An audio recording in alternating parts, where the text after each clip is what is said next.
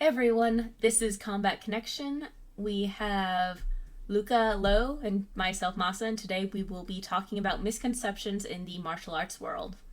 So let's start off. What do you guys think is a very common misconception that you see a lot? Well, the one we were just talking about before we started the podcast about people assuming that people who are into martial arts are looking for a fight or just aggressive or just, wanting any excuse to hurt someone. Yeah, no, that's fair. I've come across some people that are definitely like that. And yeah, I think every gym does have that one weird guy that seems like super heavily aggro at certain points.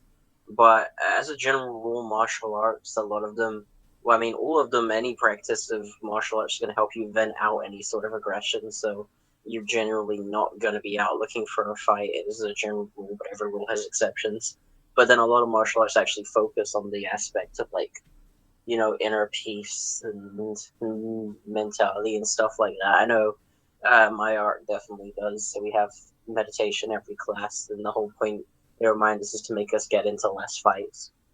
But on that other end, I will say that there's nothing wrong with looking for a fight if you're looking for a competitive fight, like an actual, like if you're one of those dudes that's like, I want to go out and do competition and I want to be in this. Yeah, I want to like do these like MMA, these kickboxing. That's different than going out and just like trying Causing to havoc. start shit straight. Like we've had a guest on here before who said they intentionally don't avoid confrontations and can some have been known to sometimes escalate fights intentionally.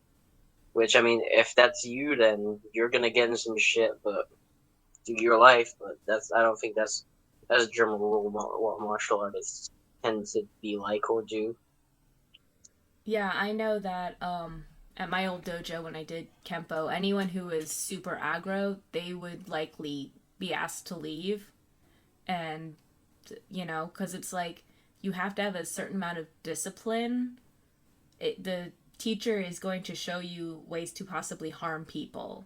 So they're going to be thoughtful in who they teach. And it's their right to deny students if, they're not going to follow the rules or if they're going to use their martial arts in negative ways. And discipline, I think, is just kind of a general rule, is just in all martial arts. I mean, it might show itself in different ways, whether it's, meditation or just being disciplined of running when you really don't want to, or just the whole aspect of training and practicing. It's a discipline that you develop as you're in the martial arts world. And when you develop that discipline, it goes into other facets of your life. So it's not like, hey, you bumped into me. I'm gonna, kill you now. It's like, no, it's learning to understand that things aren't always going to go your way and to just kind of go with the flow and try to look back and see how you can improve next time. And the big stereotype that martial artists are always looking to kind of hurts us in a lot of ways. I know for a fact that we've had children who've trained under us and they've done fairly well. It really boosts their confidence and they feel confident defending themselves. They'll go to their schools, which are in not the best areas. And within these areas, someone will start a fight with them and they will defend themselves, not harm the other one too bad, just stop whenever it's necessary to stop. But immediately their principal, vice principal, their teacher, whoever, will bring up the fact, well, this is premeditated violence since they train. But then you go and you watch the videos and you see little Timmy over here got sucker punched by Jerry in the corner and then defended himself adequately. So that argument doesn't really hold up too long, but it's still there to begin with. Wait, so Masa, you said that when you were training in Kempo that anyone who was like super aggro normally got asked to leave, yeah? Yeah, we have had people who are asked to leave because they didn't really fit into the environment that the master of the dojo was trying to cultivate. So, how did you get away with like trying to stab people during your kata and doing elbows and shit? What are you talking about? When you were like, yeah, we had this bird kata, and it was meant to be nice and gentle, but they said it looked like I was trying to stab someone. Oh, that. Yeah, there's a difference between your kata looking like it belongs to a different animal than it should. Like that was supposed to be more of a crane, graceful sort of thing, and I made it look more like tiger. That's different than someone going in and being like, yeah, I want to beat the F out of people and I want to, no one's going to mess with me. There's a difference between, you know, embracing the wrong animal, basically, versus actually being like, yeah, I am actively seeking this training to harm people. Yeah, that's fair. That's fair. Do you know what's another somewhat related misconception that comes to mind? What? The idea that I think so many schools have that I think is like a quite a large issue is that you're like, oh, you're training for defense. You don't attack. You're training to block and only move backwards and stuff like that. Like You're referring to the complete misconception. counter. You're referring to the misconception that you have to receive something in order to be able to effectively act on whatever you're receiving. So you can't, be offensive to begin with. You see a punch coming, punch through it. You have to sit there and receive it before you can do anything. Not even that. I'm referring more to the misconception that you had that you like. I mean, somewhat you can't be aggressive within your fighting. That if you train these martial arts, then you have to be completely leveled and calm because that's something that comes up. Like even if you defend yourself in a legal case, it will come up like, well, you're a martial artist. Shouldn't you have been calm and able to handle this better? It's like you realize that to be able to protect yourself, you have to fight. You can't learn like to just weave and move like you're some anime character that's like teleporting behind them when they throw their haymaker. If someone's coming at you and they're swinging on you, the best way to defend yourself is to be swinging back or to throw them. Or just to step away from it. But I like mean, that's the don't thing. step away. People will see us as martial artists and sometimes forget that we're human. This actually raises something that I experienced last class, so on Wednesday. No, yeah, Friday. Sorry, I'm getting my days mixed. It's been a busy week. We had a student come in to train. They've been training at a different location for, I think they've had 2 classes before they came and trained with me. And if you don't know, I don't do like strict karate. I mix everything that I've done in with what I'm teaching my guys because I just want them to be well-rounded in all areas. So I had done a class on Okinawan and Japanese rooted striking mixed with a little bit of Muay Thai. So at the end of this, I say, all right, well, we're going to move into some more grappling based situations so you at least know what to do from here because I know you're primarily a striker. This is what you're wanting to train, but you still need this.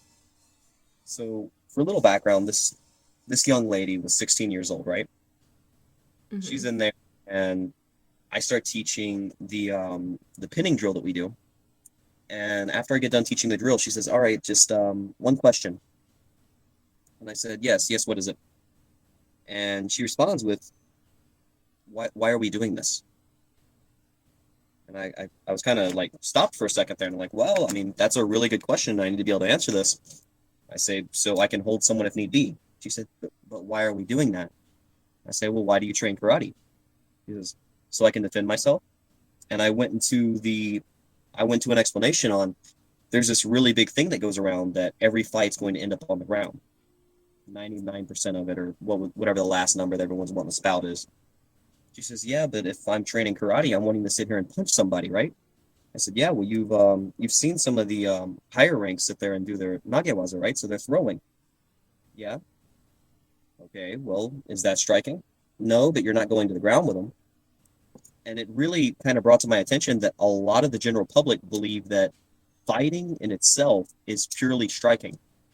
There's no grappling attached, which, I mean, I could see it being for people who don't train to fight, They can sit there and think about it. Oh, well, I don't want to lay on the ground.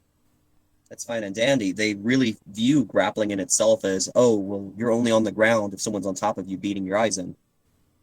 So I had to explain, hey, a lot of times you don't want to sit there and strike and strike and strike, hurt the person that you're on top of, but you can pin them, hold them in a position where they can't really resist you, and you can call for someone around you to help, be it a police officer who's standing nearby, be it a teacher, be it a principal, because she's still in school, and it just really seemed like it went over her head.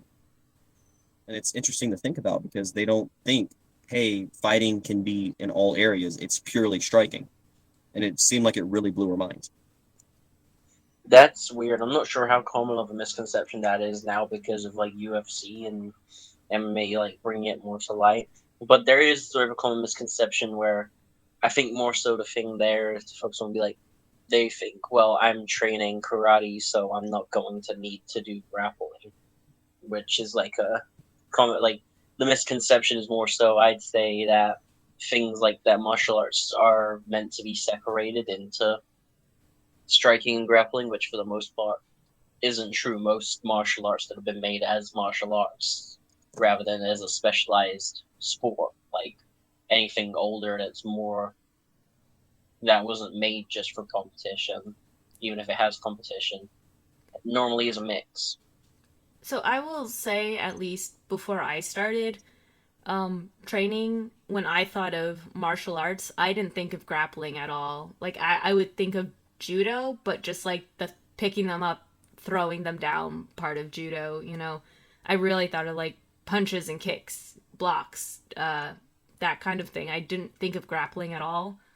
I think that's a pretty common misconception. Yes, there are people who watch the UFC, but I think for the most part, people who aren't into the martial arts world, I think for a lot of them, they don't understand that grappling is a form of martial arts. I mean, that's fair because we've been talking about this like the most common, at least the most well known up until more recently with this rise of MMA's popularity for grappling, most common well known was probably judo in the Olympics, and no one really looks at the Olympics and says, yeah, that's martial arts. They look at the Olympics and say, yeah, that's sports. But like it was a really interesting conversation because it made me rethink my approach to things when explaining them to someone who's not been within martial arts for as long. What ended up getting her understanding at least halfway, and she may reach out to me and say, hey, I don't really understand this more, and I'll have to go more in depth, and we'll have different conversations on the topic. But what somewhat got her attention is when I brought up, which I brought up with you guys before, the most common sport in my area, football, American football. I asked her, well, what is done within football? If you see someone with the ball, what are you supposed to do? She says, oh, tackle. I said, okay, tackling is a form of grappling. She says, yeah, but that's not fighting. And I had to explain to her, well, I mean, look at these people right here who, if you get into a fight with someone who has previously played football, what's ingrained in their muscle memory? Hey, I don't like them. I want to put them to the ground. I'm going to tackle them. So I got one of my little buddies that was there. We'll say buddy loosely. I got an individual who was roughly my height, 6 foot. He was 6'1", maybe 6'2". I'm not quite sure, but got him to charge me and tackle me, and I did a katawa garuma. So I threw him immediately over, and she kind of looked at me and couldn't understand why I did this. And I said, all right, well, look at it again. And I got him to charge, and I did a tawada gaeshi, so a rice bag reversal, threw him over my shoulder. Whenever he landed on his back, I immediately got a good four-corner pin on him, then moved to a kesegatame. I said, all right, this man meant me harm. I slammed him over, and I pinned him, but now say I don't want to hurt him even more. I can sit here, I can hold him here, I can control his wrist, and I can scream, excuse me, I need help, and someone will more than likely come up and help me. That kind of clicked with her a bit, but when thinking of a self-defense situation, she didn't really think in the slightest about grappling. It was all, hey, I need to strike, which kind of seems like a fairly common misconception. Yeah, I think it's important for women especially to know how to grapple. I mean, I don't know how to grapple. I need to learn some sort of That's why I grappling, have a but car. And you have a buddy who can help. you are on the other side of the country, sir, and I'm not going to hell to figure out how to grapple. That's entirely fair. Okay. Thank you. Yeah. Then on the other end of it, there's that common misconception. Let's just bounce off of this that you should always be grappling and that the ground is the best place to be. I Yeah. mean, I along know a with lot that, of there's also the people who are like, "Oh, I'm never gonna be taken down, so I don't need to learn how to grapple." So I like those. Yeah. I like those people a lot. I'm sure you do. Like it's really interesting because I look at myself and when people ask me, they say, "Well, Lo, what are you primarily, a striker or a grappler?" And I look back and I think to myself, I'm primarily a striker in my own training because I've done it longer. I'm considered a fairly well-versed striker. But what do I do more often against people who have hardly any training or people who are fairly well trained? I grapple. Why is this? Because most everybody has stroked before. Striked. That's the term. They've done striking before. So you'll see these people who can know how to throw a haymaker. They still know how to throw a punch. I can sit here and I can outbox them, but it's just a lot easier to, oh, well, these guys don't know how to grapple. Why don't I just slam them on their back and be on their way and be on my way? Yeah. It's really interesting Like I've looking back. had that within my own training. There was someone who was better than me. Well, I won't say better than me at striking, but they could outkick me, and they had enough range that it was harder for me to close the distance. And so when it came to the grappling, that was when I had more of an advantage, just because I had a relative. I had more knowledge than they did in that area. It's like if someone, we have a thing within Shinji Kempo that they tell us is if someone wants to box you, you grapple them. If someone wants to grapple you, you box them. If someone wants to kick you, then do either because kicking sucks. That's the But it's that's the like mindset whatever of they're finding their comfortable weakness. with, you hit them where they're not comfortable. If they're Yeah, comfortable with grappling, then you knock them out. If they're comfortable trying to knock you out, then you hit them. and I highly You agree with can that. do both. I really like that mindset. That was loud. Are you okay? Sorry, She scissors. is dead. She's BRT, You dead rat. shouldn't be trusted with scissors. But like I really agree with that, Luca, because I've seen plenty of grapplers who are very, very, very talented. I've looked at them and I thought to myself, these guys are really good grapplers.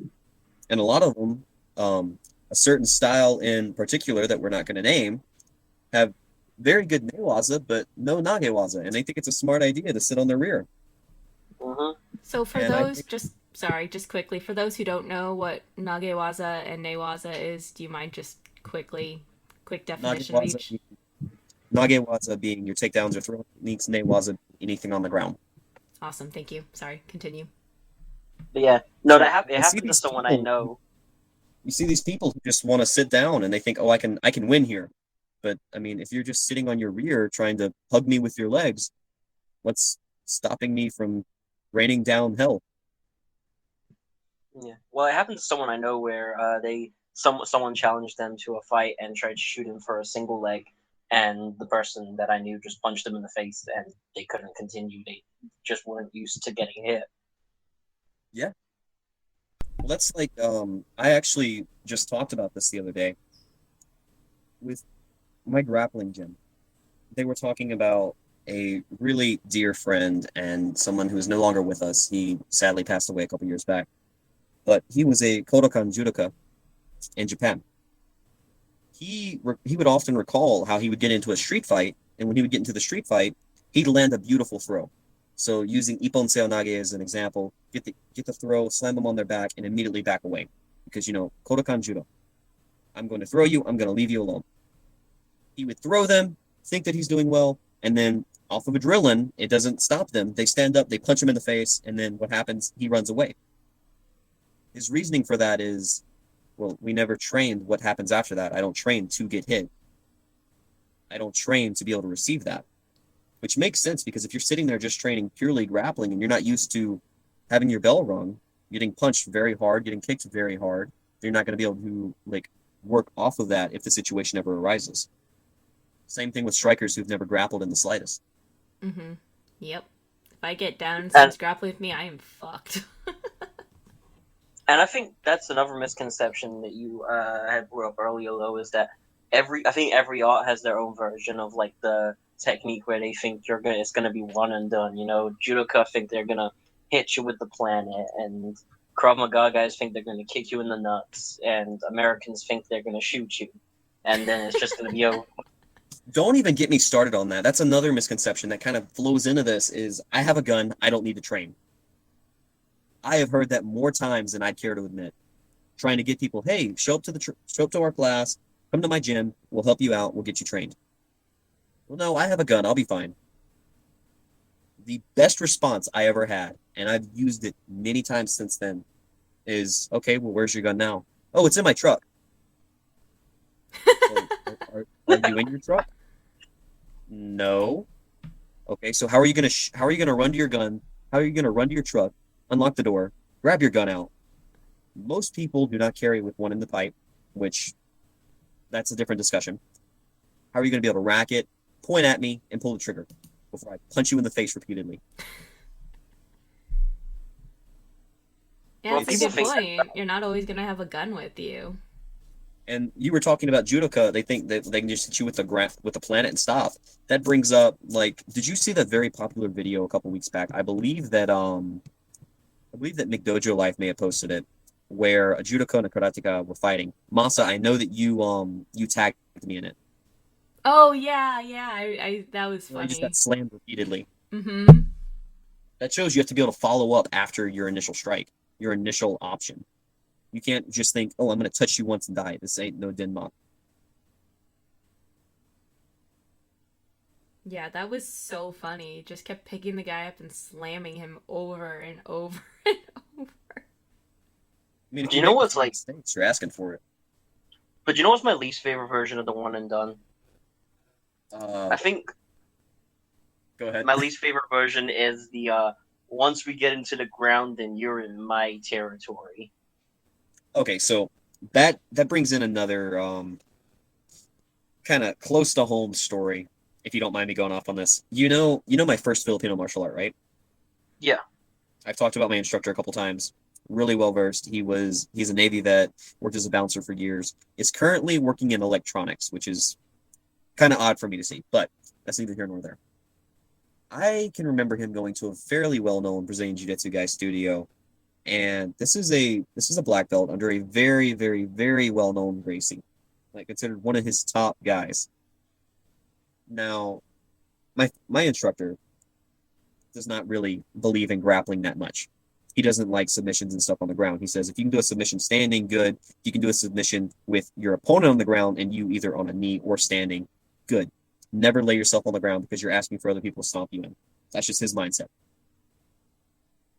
This man was able to sit there and pin and punch and what's the term to use?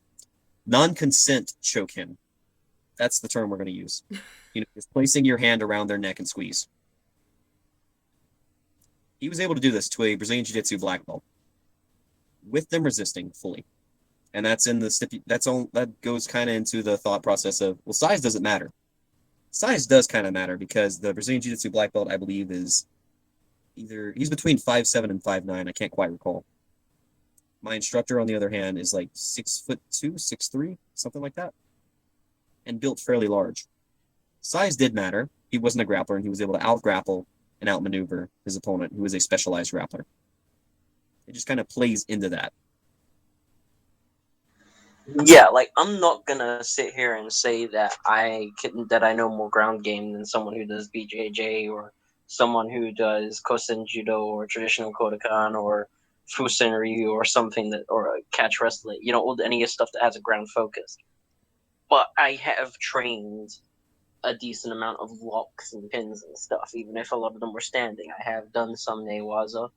And it's not like no one else can fight you when you get down there. Just because you're on the ground, there's a couple more principles, but the principles of standing grappling, a lot of them still apply. The principles of the locks that you trained, a lot of them still apply.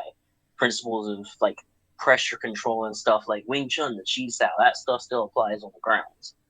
It's not like as soon as you get down there, then you can't wait and pull someone down and have them on top of you and be like, well, I know this, so there's no way they're gonna do stuff. Because I've seen people who have never trained any ground or any locks, just literally pick someone up and drop them, and pick someone up and drop them because the ground fighter was wrapping around them, just wouldn't let go because they're like, well, I can submit you from this position, and they got picked up and dropped on their heads, and picked up and dropped That on their heads. really kind of going with what you just said. I can remember competing in London at the World Games, right?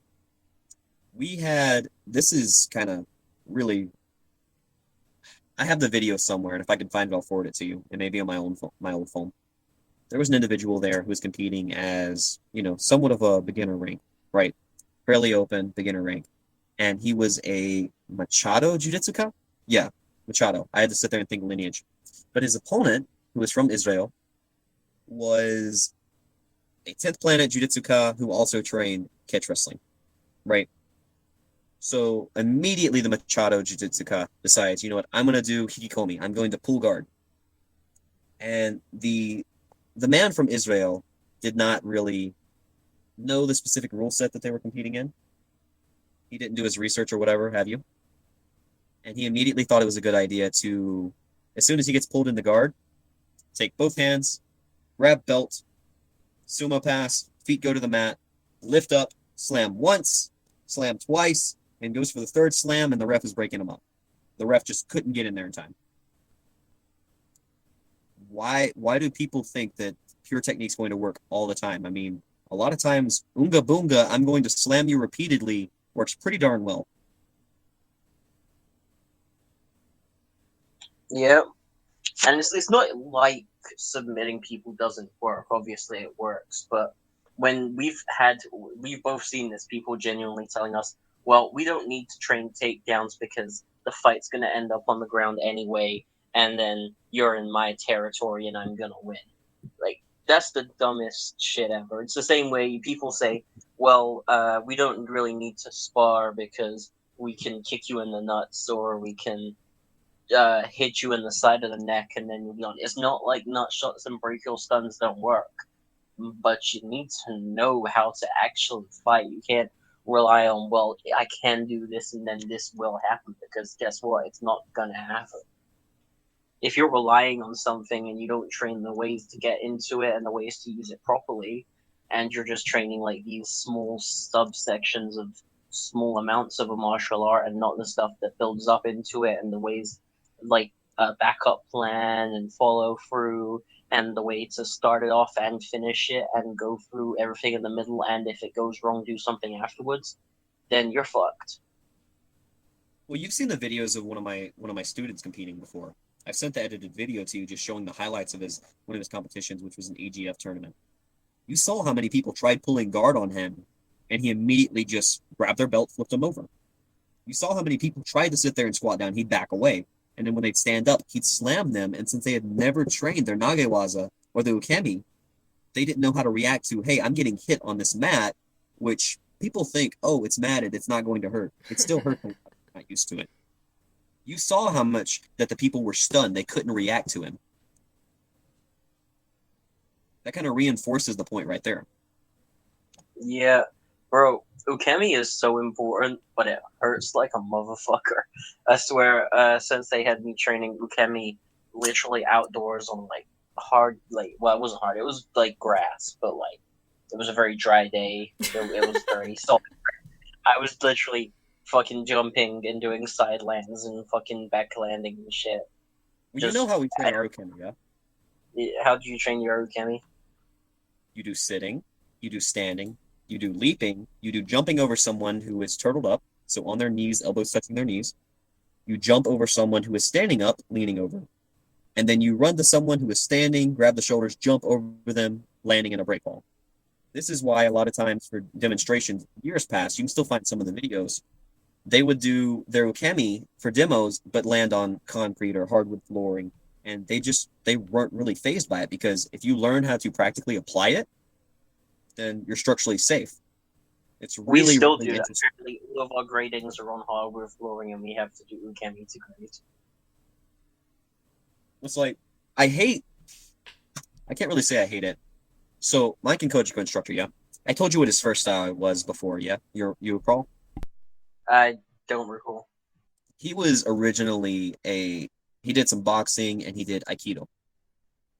So anytime we're doing any takedowns from the Kinkojiku syllabus, he'll sit there and he'll scan the room for someone. You know, a lot of times he'll pick like a Sankyu, Nikyu, or Ikkyu. But most of the time, he'll just kind of look to me and he say, Judoka, and just kind of pull me towards him. And he'll do the takedowns on hardwood flooring because in his mind, if you can break ball, you shouldn't feel it. Or you should feel it very minimally. Minimally. That's the word. I mean, I don't think it's not that you don't feel it. I mean, probably get used to it. It's just more so you don't fuck yourself up when it happens. Yeah, Yeah, like but there's teaching also a certain okay. amount of conditioning that goes with that so that, when you are on those hardwood floors, you're not going to be as stunned, because you've True. practiced it on those hardwood floors as opposed to someone who's only practiced it on the mats. Well, it's like Okami aside, there's also what I don't really know a technical term for it. It's just something that I use in my own vocabulary and my students and people who've trained with me before they know what I'm talking about. I call it the pogo effect. You see a lot of people who have quote unquote trained Ukemi, they'll sit there and they'll do a break fall and they'll just kind of lay there after the throw. That gives you a chance to kind of reabsorb some of that impact, and a lot of times it'll actually hurt you worse. If you have the thought process of, oh, as soon as I slap the ground, I'm going to try standing up, or I'm going to try bouncing to my feet, you'll actually disperse a lot more of it because you're actively trying to stay off of the ground. You're not trying to lay there and reabsorb a lot of the impact. Yeah, most of our ukemi uses the momentum. Like our one of our white belt ukemi is if we like hit the ground on our side, we tuck the head in, roll over, and then try and use like hop up, land one leg on the ground, and push ourselves up into stance.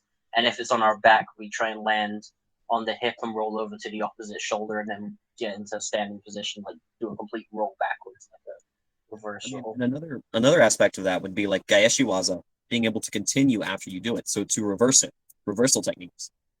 A lot of times if someone say does like a tani atoshi on me, no, yeah, tani atoshi, or they do like a tai atoshi. So if they do a tani atoshi, so that's a sacrificial throw. When they do the tani atoshi on me, I'll immediately try to switch them over so I can get them pour down, get my torso towards theirs, Tawada Gaeshi, get me in a dominant position. It's really the mindset of, oh, you need to break fault and immediately be able to counter them because if you're not able to counter them after the break fall, what are you doing? You're laying there and letting them kill you. So what I'll do a lot of times is if someone does like a ukigoshi, ogoshi, or a tayatoshi on me, so just any major throw really, and I land in front of them, instead of sitting there and just break falling and then trying to stand back up immediately, I'll actually try to reverse it in a way where they'll do the throw, I'll immediately break fall and then switch over to a hebigarami. Hebigarami being like an Imanari roll. As soon as I get slammed, I'll try to wrap up the legs, take them down in a way that puts me in an advantageous position while putting them in a more frightening position for them.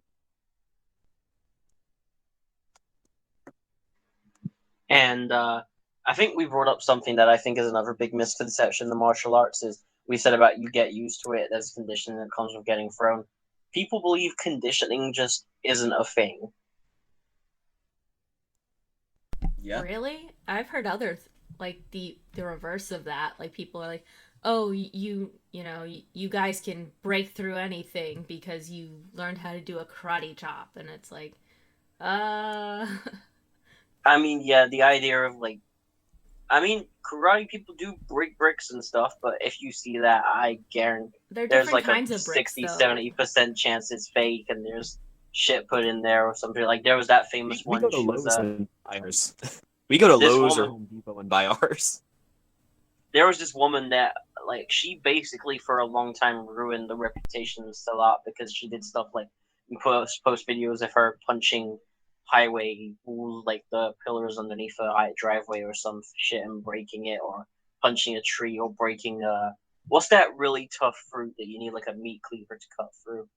Pineapple, No, not a fucking pineapple. Duran? Is it Duran? coconut. Durian? Durian? The really really thick fruit, and it's really hard to break. Like Coconut? she No, not coconut. Anyway, she kept breaking that and hitting walls and breaking concrete and trees and whatever. and people were like, wow, this girl is so impressive, and it made the lot really big, and then a bunch of stuff came out and like, oh wait, yeah, that makes sense. It was fucking video effect, like it was done in Adobe After Effects, and she kind of ruined the reputation of Salat for on the internet for a while.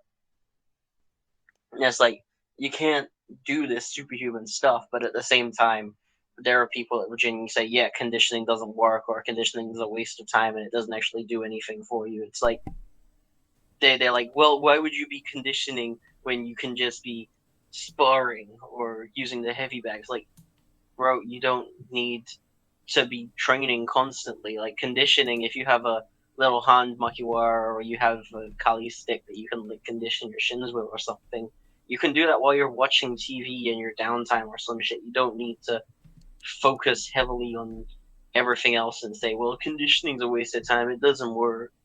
That goes in. So Guru Gould, yeah, he lived with Dan and Asanto for a good little while, and he can remember. He's told me this story before. Sitting there watching television, and Dan, as he calls him, just walks in the room and throws him something. It's a bundle of rattan wrapped in this horrid, nasty-looking twine. Right? It's just very bad stain. So he looked at it and he just, this is a piece of trash, and he laid it next to him. He just thought, oh, he's just throwing me something to get rid of it. Dan walked in and says, so what do you think about that? What do you mean? Oh, that was Bruce's. So he picks it back up and he's like, oh, this is the Holy Grail now.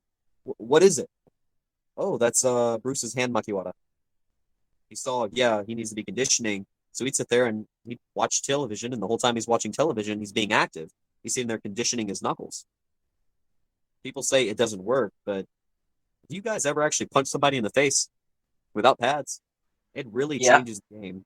You get used to, hey, I'm wearing pads, I can hit, and my hands feel fine. But then as soon as you take them off, you punch something, you're like, oh, that kind of hurts. It's really I a mean, wake-up call for a lot of people. even just punching a heavy bag, like if you're without gloves after you use gloves, that shit feels completely different. Yeah.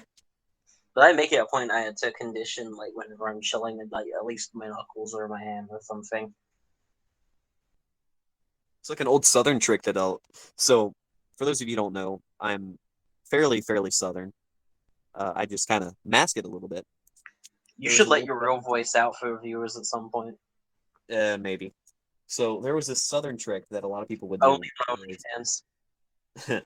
Hey, that's an idea. So there was this trick that a lot of the old guys would do is they knew, hey, if I punch some of these young bucks with my hand, I'm gonna mess it up a lot. So they would actually go to the bank and get a roll of pennies. And they take the roll of pennies and they would stick it in their hand to make it where there's no give. So when they punch, they're less likely to actually injure their hand in a way. That, and they'd take the extra long shank master locks, which is just a very long lock, and they'd stick their hand through it almost like a brass knuckle, and like a big haymaker with the lock part beneath your hand, where you're actually just slapping them with the lock. Redneck ingenuity, huh?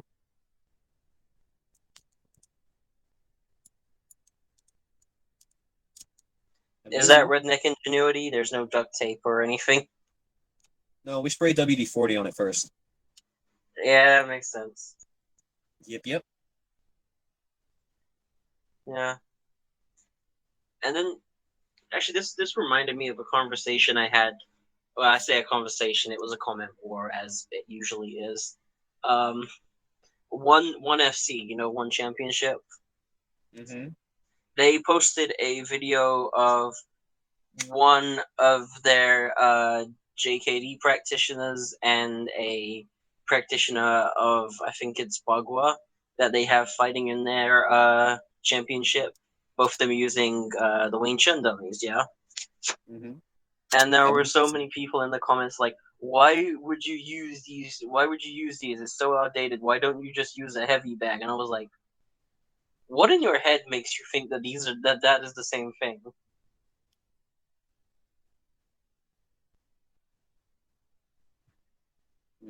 Mm-hmm. How do you look at this one standing wooden post with arms and legs where you're clearly like conditioning your whole forearm and working angles and stuff, and say that's the same as the big bag that you hit to work on your power and your conditioning. It's not the same, bro. Because people think that martial arts is just punching and kicking and don't realize that there's a lot more that, it's like, yeah, we punch and we kick, but there's a lot behind the scenes that they don't necessarily see. hmm And this is something we've been talking about is like, what is the most important in your martial art? Is it the technique or is it the concept behind it? And we've been talking about this with that video, Master, that you reacted to on stream yesterday with the Oh, yes. JKD guy, where like Lowe is not very happy, and a lot of people aren't very happy that neither of them really showed any technique when it comes into it. But when I watch it, I can see how very well the instructor was applying his principles and the rules, where he rushed in, he didn't lose connection, he took out the threat in the fastest way possible, took him to the ground, still maintained connection with the person, didn't let them back away. It's like those are things that we learn. We train drills to learn how to do certain things, and it's not like, obviously technique is important in martial arts. You can't just run out and start doing random things, because someone who knows the actual things is probably going to hurt you more than you're hurting them. But you can't just have the technique. You need to know the ideas behind anything you're training. And I would argue that the principles are more important, which is a thing that goes back to the thing we were talking about earlier, where like you can't, people think that you can just know one aspect or know one trick to end everything. Like, no, you need to actually learn your art. Yeah, because again, it is more than just the punching and kicking and the conditioning. That there's also the art aspect of it that I think people either think of it's this monks meditating under the waterfall kind of thing, or it's just like not even a thought in their head, that art aspect Yeah, of it. that's another misconception, is when people think about the art part of the martial art, they ever think of like kata and like forms that are just like completely useless. They look nice, but they're thinking like XMA, like big flippy jump kick stuff or something, or like Tai Chi forms, or they're thinking like super traditional monks in a temple. But like, no, old masters, the people that had these like philosophy and stuff, the people that people claim to follow and understand, that they really don't. Like these American schools or these European schools, they're like, yeah, no, we're following the peaceful methods of these old masters, and it's all about inner peace. None of this was about inner peace. Half of these people were like involved in massive wars. They went out, they had these giant ass swords that they would stab people with. The ones that weren't involved in that, you go to karate, they were raiding each other's dojos. Students were literally dying in fucking brawls and dojo storming and shit. They had in Yeah. Hong Kong kung fu, like as early as like, even like as recently as like the 1900s, people like, there are videos of people punching each other on rooftops and stuff like that, just bare knuckle street fighting, because my school's better than yours, bro. Like these traditional masters aren't the fucking people that we think they are. Like, it's not a movie. These guys were just as That's like a much assholes certain as any martial artist is. that's like a certain very prolific karate daddy, I guess. A very prolific figure within karate who is dead. Not gonna name names. He ran his association almost like a mob boss. Someone ended up dying. They made a newspaper about him, and he got all the students to go and buy the newspapers. But there's like 2 copies of that newspaper still floating around that are in the Museum of Karate on Okinawa.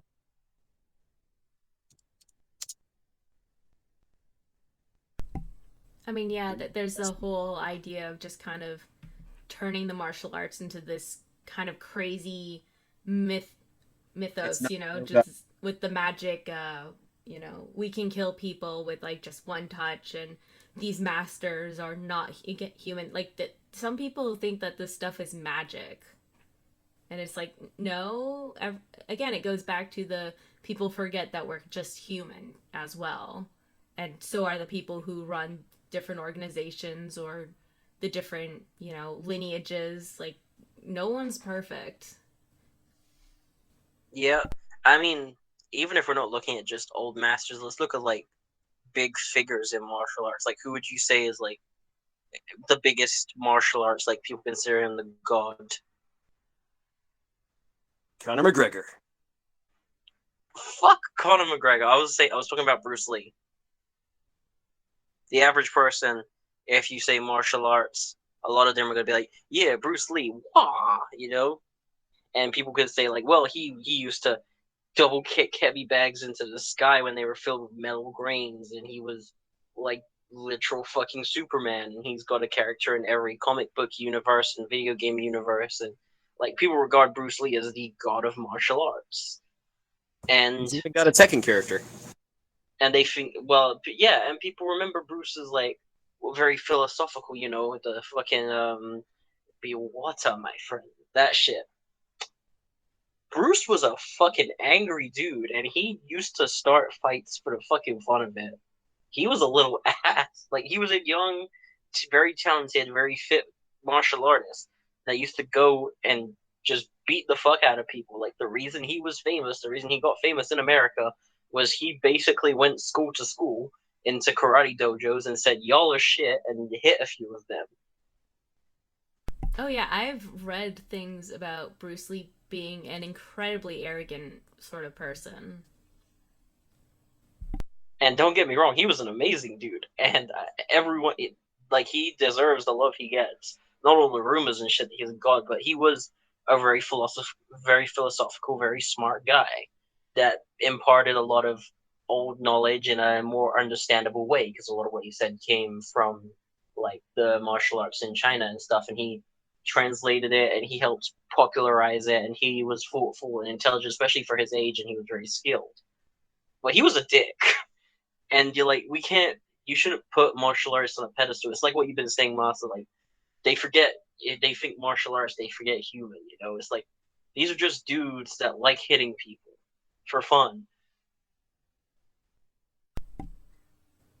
Yeah, and it's so annoying. Like, you tell a colleague, just like casually, you tend to talk about, you ask questions, you learn about each other.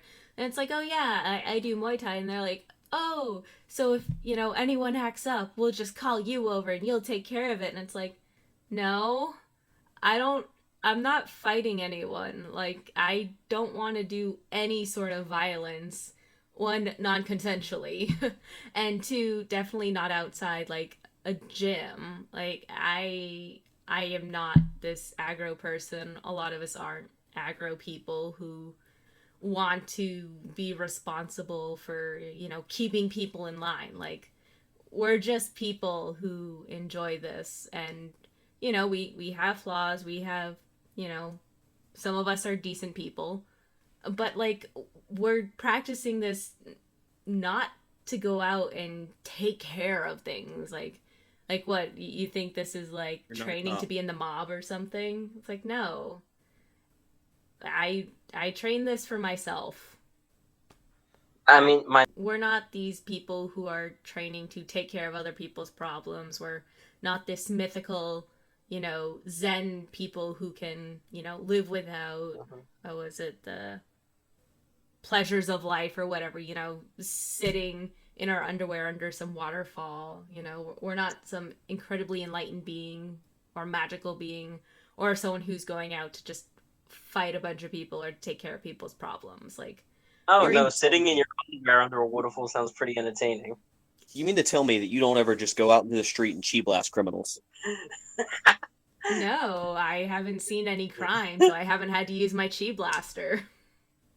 Okay, anyway. But like, yeah, like, I don't know, it makes me cringe when I hear it, and like, I don't judge schools for it. I can still see a school would probably be good even if they believe it, but it still makes me cringe when I hear it just because it's so popular and it's not true whenever they go about like our founder, our grand master, he was the Jesus, he saved us, he is a great man. You hear like all these Aikido like Ueshiba was a great pacifist who was helping people defend themselves and gain confidence through non-violent practice, and like, he was a hard fucking racist, my dude. he There was nothing enlightened about this man. He went out. He started a bunch of shit when he was young, and then got old and was like, you know what? I don't like non-Japanese people, but I'm just gonna ignore it and be a god because people think I'm hardcore, and now they're not gonna fight me when I throw them, so I can make a cult martial art where people think I'm Jesus. You know, I'm actually in one of those cults right now.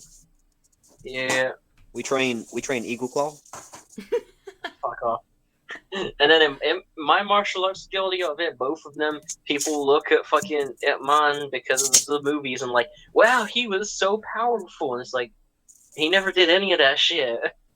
Not any of it. He was a dick. The fourth movie where he's like going to America to help his son and his son's angry at him for no reason. No, he forced his son into boarding school for years and only talked to him for like the last 3 months of his life and only trained him for like 3 weeks in Wing Chun because he didn't want his son to. He was trying to force his son to be a lawyer or some shit. I don't fucking know. Like, these weren't. Martial artists aren't inherently good people and definitely not like spiritual leaders. I brought up the Eagle Claw just to point out that this is just as much modern as it is ancient. This is still going on. Oh yeah, I mean, you want to look at people lying to make their founders and ancestors look good. Let's look at how Gracie Breakdown Channel talks about that wrestler that the Gracies crippled. Just like there was a confrontation after the fight happened. Only one of my what's it, grandparents or whatever went there, and they just beat him in a fair fight, and he ended up injured. Like, no, bro, if they couldn't beat him in a ring fight, how are they beating him in the fight after they just got beat up? 3 of those fuckers jumped his ass. Are you talking about who are you talking about? The Rufino de catch Santos? wrestler that they Yeah, Rufino de Santos. yeah. Like, the Yeah, Gracie Breakdown channel has a video on it where he was like, no, they just had another fair fight afterwards where they won. No, bro. My only No. real response to that, is, if that's the case, why were they sent to prison, well, sent to jail, and then bailed out of connections? Like, why were they sent to jail for a fair fight? And what was a lead pipe found in their possession? Why do you need a rusty lead pipe that For is a fair shaped like? fight. Why do you need a rusty lead pipe that has the imprint of someone's knee in it? You don't carry one of those for your fair fights? No, I carry a stainless steel pipe. It's a monster.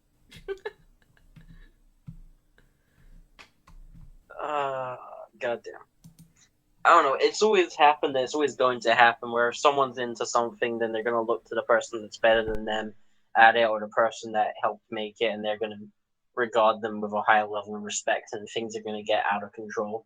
Like shit. Imagine what's gonna come in like a couple 100 years from now. What people are gonna be thinking about, like fucking Elon Musk or something. Like, there's already jokes and memes about, well, Elon's like basically Willy Wonka for technology at this point, and he's like going to fly us to Mars, and he's building super rocket cars that can travel at warp speed and make Star Trek or whatever the fuck. Like, it's that same shit's probably gonna happen. Maybe less likely to because we have actual records in the internet now. But like, memes continue and stories get out of hand. You pass stuff down and down. Like, no one knows us. No one that, like, a lot of people, if these videos get watched, people aren't going to have known us in the future. They're going to watch these videos and they're going to take whatever we've said and what people have said in the comments and they're going to pass that along. And it's going to be like that game, which Master hates the British name for, where shit gets passed along and gets changed slowly and then shit just gets out of hand. The game is called Telephone. Yeah, that one. And now, just because we just said something that's going to get cut out of this podcast, guys, and just because it's been said, I'm going to give Lo his chance to go off as he normally does on the podcasts. Misconception about martial arts. BJJ is the only martial art that does ground game. What are you talking about? That's the truth. I can't even force myself to say that. How about no? If you look at the Newaza of judo and then look at BJJ, you see the same thing. So just don't. Like, don't even attempt it. Don't try to say, well, BJJ developed this. No, they didn't. BJJ took what they wanted, which was the Newaza, and they solely focused on it. That doesn't mean that they developed anything. The Newaza is still the same.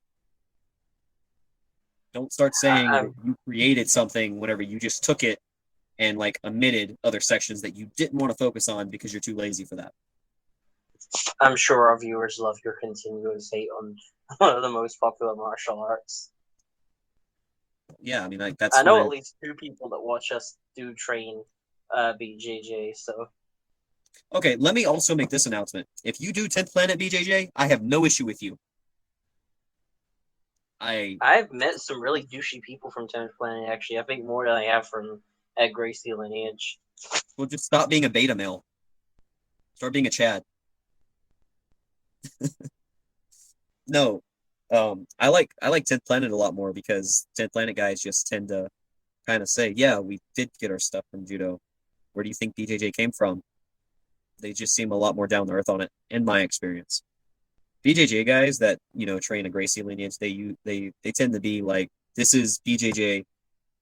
This is the only thing that does this. You have to do this because nothing else has what we have. When like you can look at countless other systems of, well, I mean, this is shown here, but no, that's not the same. But it's technically done the same way in the same manner. But no, it's just different. It's different. Trust me. I mean, and I say this because I did Helsing Gracie BJJ for a good little bit. Would you say a good little bit? It was a waste of time for me. I really hate that I spent that many years on it. But I mean, if you guys enjoy it, if you enjoy training it, go ahead, go for it. I just have to say, at least give homage to where you got it. Don't say we're doing something completely different because you're not. You're training judo under a different rule set. Because judo is a great martial art. Jiu-jitsu is a great martial art, but you're doing the same thing. Don't try to claim it's different. It's not. It's just hyper focused on a single aspect. Good. If y'all want to hear more hatred on martial arts, you can watch all of our videos. Mostly BJJ, honestly. Load Okay, really doesn't tell you like what. it. He'll go off on every podcast. It's a tradition. No, I will make this announcement, and you guys can speak up if you don't want this to be made. You can tell me if this is fine. I don't care. If we get comments saying that you want it, share this, send it to BJJ groups, send it to judo groups. I will, we will make a video just explaining judo and BJJ, the comparison between the two, why they seem different, where they're similar, and if judoka have really a leg to stand on in the comparison, or if BJJ guys have a leg to stand on in the comparison. I mean, Explaining that's just a those two good idea things. to do to begin with. Like, I think you should just do that. Like, it would be good, but we'd get a lot of flack on it because, no offense to you BJJers out there, you guys get butthurt really easy. And maybe you Oh come yeah, They're from all BJJ is a culties. whole ass cult. Yeah, like you it guys happens with get a you lot of guys get martial butthurt arts. really easy.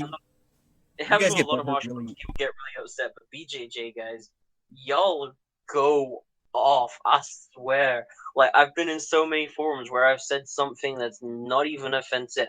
I've literally said like one time I said in a forum where we were talking about sambo, we were talking about grappling, and someone said that if you don't train BJJ, then you can't talk about grappling.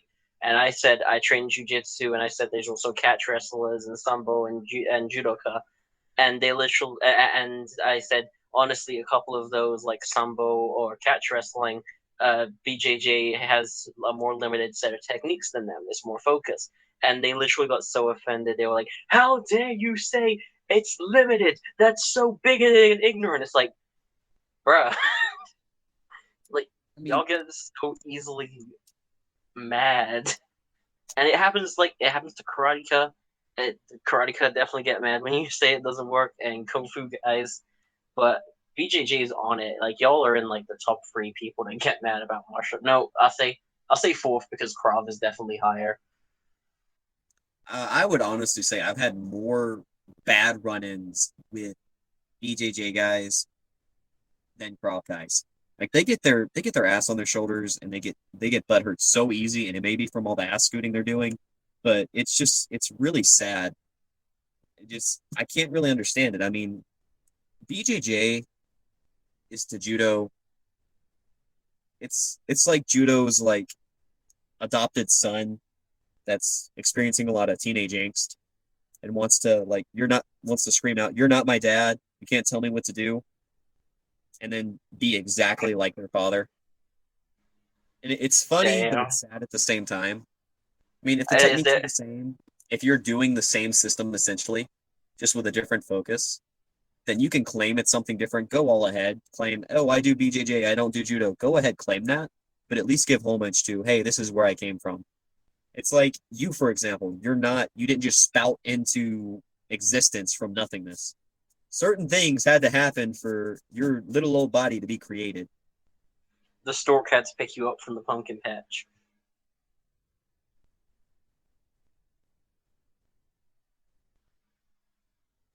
But Lo, I do have to ask, that little comparison you just made about what BJJ is to judo, is that you like what's the word? Projecting a little bit? If you're trying to ask if I have any children just running around to train BJJ, then no. No, I was saying you have daddy issues and had a lot of teenage angst, but are pretty much exactly the same as your dad's. That's fair.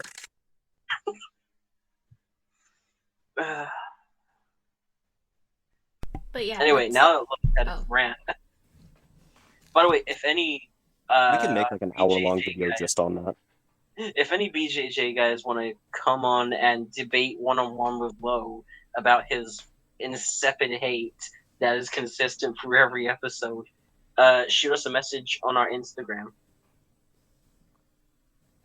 I can pull out my notebook that is just every BJJ technique translated over to judo. We'll Full give them time history to of each prepare. We'll style. set the layers of the debate. We'll find an impartial judge to That keep the also time. brings on the question that I've had out for months. Name something that's within BJJ that is not within judo. We can put that out. We'll put that out. We're going to put that out as an Instagram post as well. So we're going to put out 2 Instagram posts. We're going to put out a post accepting any debate challenges from Jiu-Jitsu. We'll take actually any martial art because we've talked shit about a lot of things. We've talked shit on Krav, saying it's basically static Kali. We've talked shit on Ninjutsu, saying its history is completely fake. And Lo will not stop talking about BJJ. So any martial art that wants to debate us on something we've said, we're going to put out an Instagram post, and y'all can come and debate one of us. Any martial art, anyone who wants to try and name BJJ techniques that are not originally found within judo, we will put out a post, and y'all can leave comments, and we'll do a video going through it. Check out those Combat Connection _co on Instagram.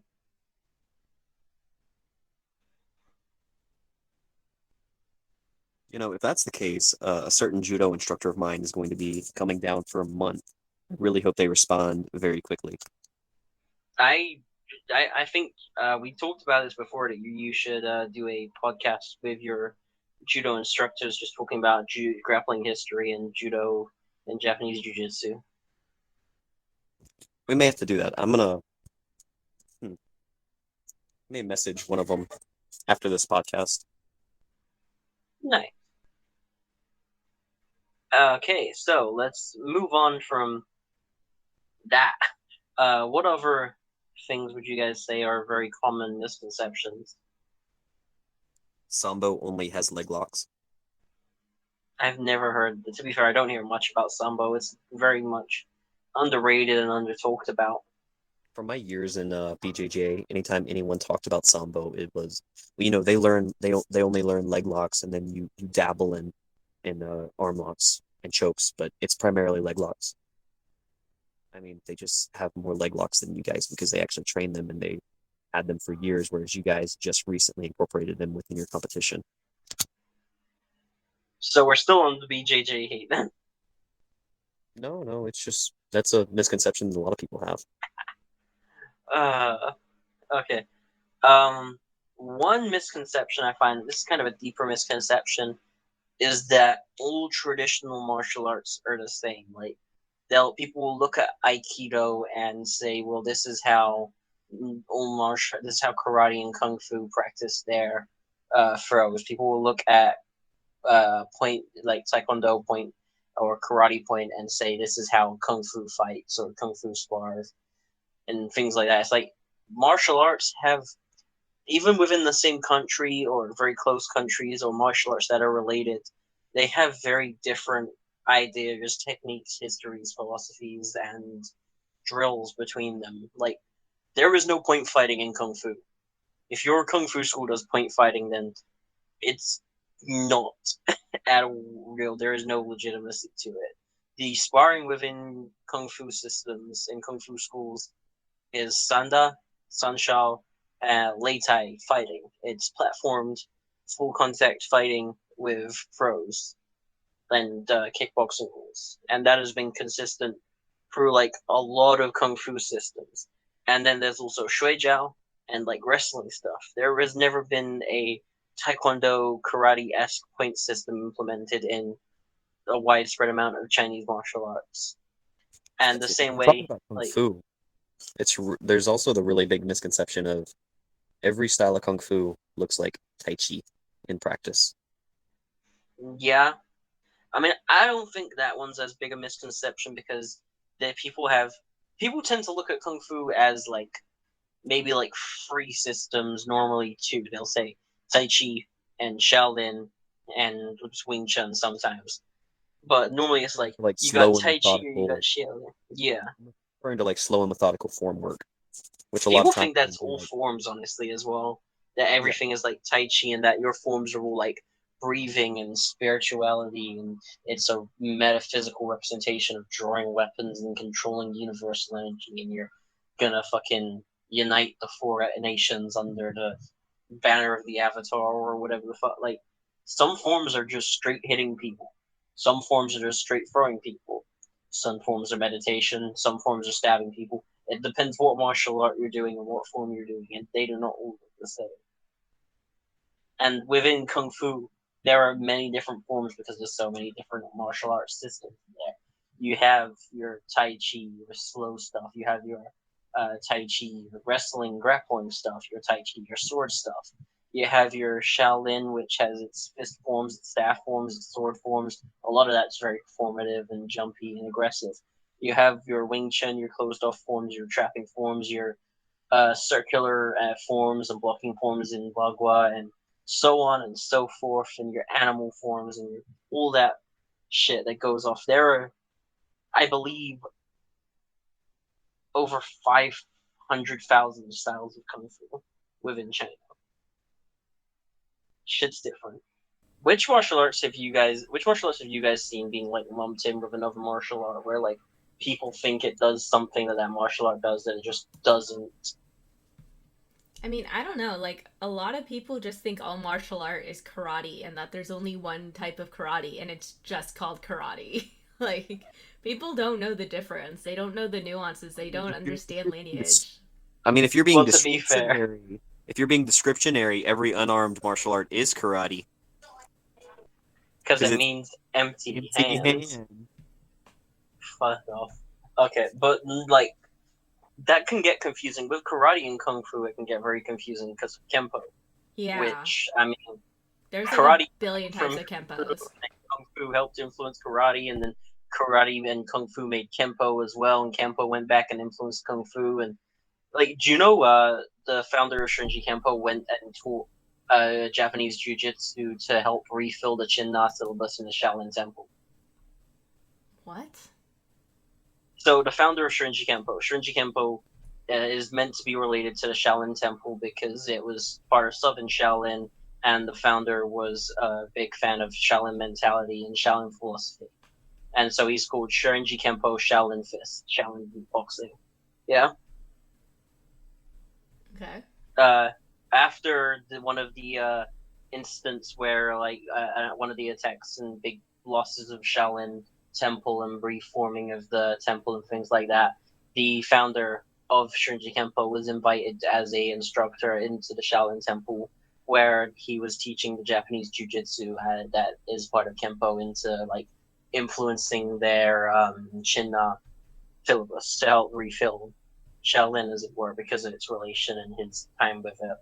And then also when they made the Shaolin Temple movie in the 70s with Jet Li, some of his top students were the choreographers and stuntmen, and so you can see Shorinji Kempo within the syllabus,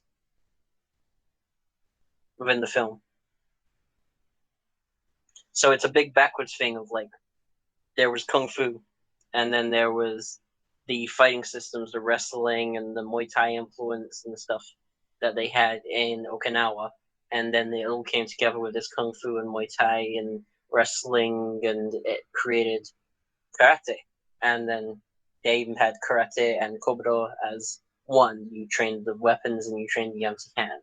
And then karate moved to Japan. And then things, when kung fu came down and got mixed with karate, became kempo.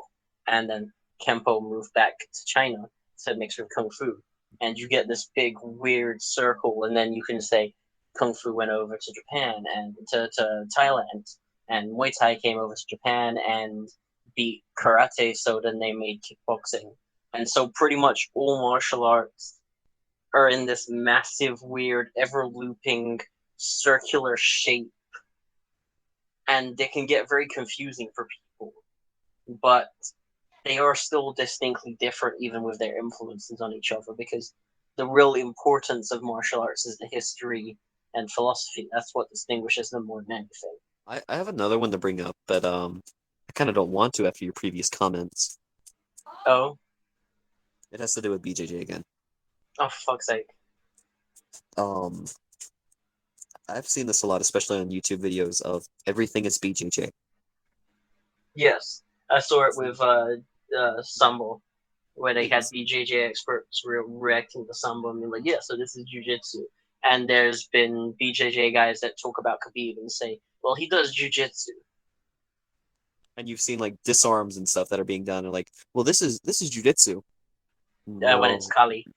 yeah, and you'll like watch videos of like there's two Gracies in particular who did a video on a beach, like in swim trunks, shirtless, that they were going over a knife disarm that apparently Elio Gracie or someone made, like he developed. They did it and they said, now go train it. And then in reaction to that, a a CQC instructor did a little reactionary video to it, and he says, "Yeah, if you do this, you die. I mean, look at my opponent. He's not going to let me do this." And he gets stabbed like 3 times in the chest. But yeah, a lot of people want to claim, well, this is BJJ. That's everything. Fair enough.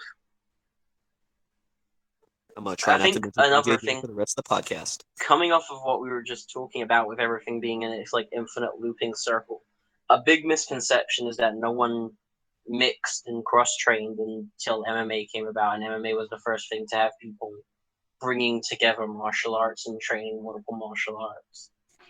I mean, if you look into the development of like older systems of karate, did they have like one instructor? Some people did, but you see a lot of these instructors. Funakoshi, for example, he had several instructors. He took what he liked from each of them and he created his own system based on that. You see a lot of martial artists who did that. Yeah, my thing with that has always been, if no one mixed martial arts before, then why did we even ever get different martial arts? It's because people cross-trained, they went around, they learned different things, and then they said, cool, I'm going to teach all of this as its new system.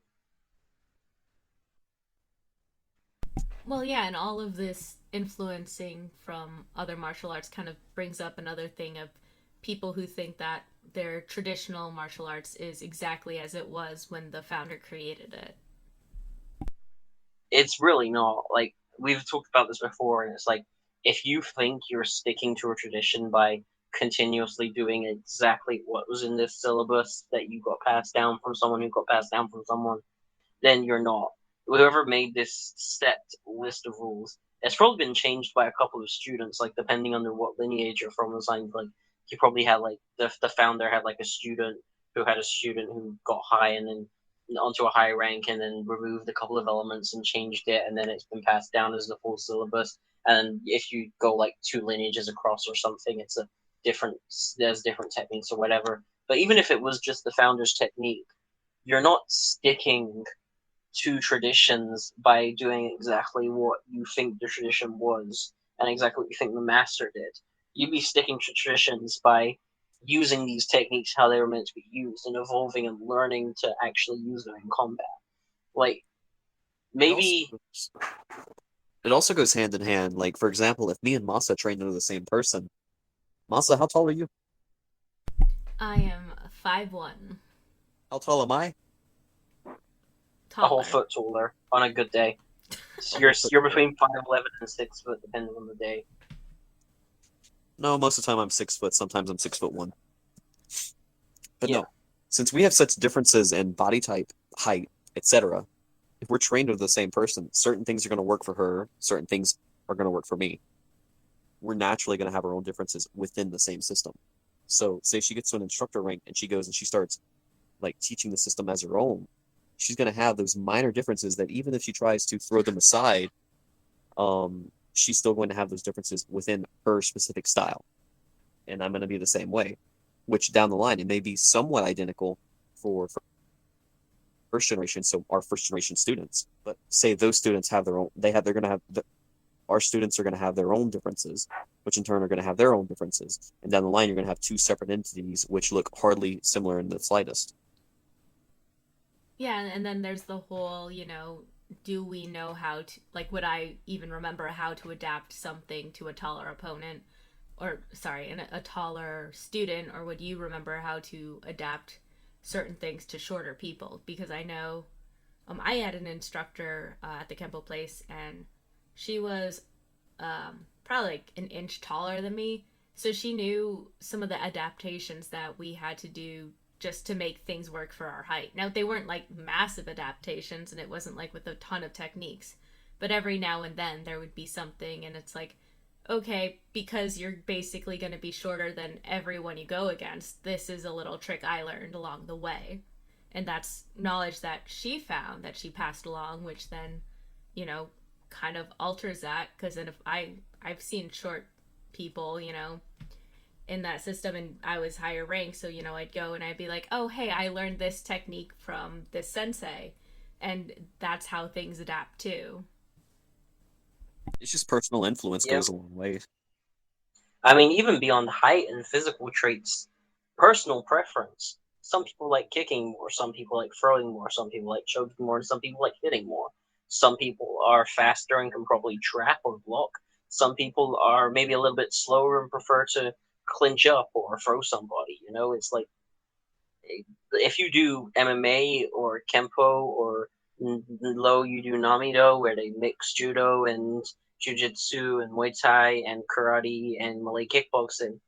People are going to have preferences on which parts of the art they like to do, and if they're going to teach someone, they're probably going to teach more of the parts that they like, or be better at teaching the parts that they liked.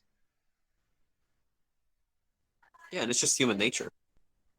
Like, even within UFC, we have strikers and we have grapplers. They all know both. Everyone in the UFC knows how to do it, everything that's in the UFC, because people are more well known for the shit they're good at. Or for the shit they're really bad at, because some of them can try and be a striker and then break their own ankle. Yeah, only horrible fighters do that.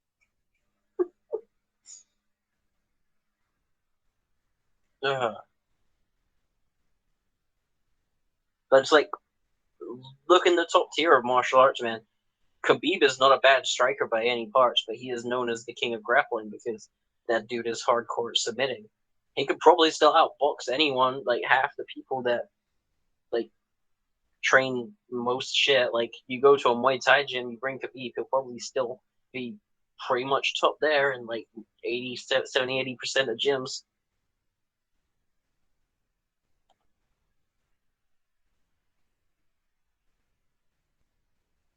But he's the grappler because people have preferences.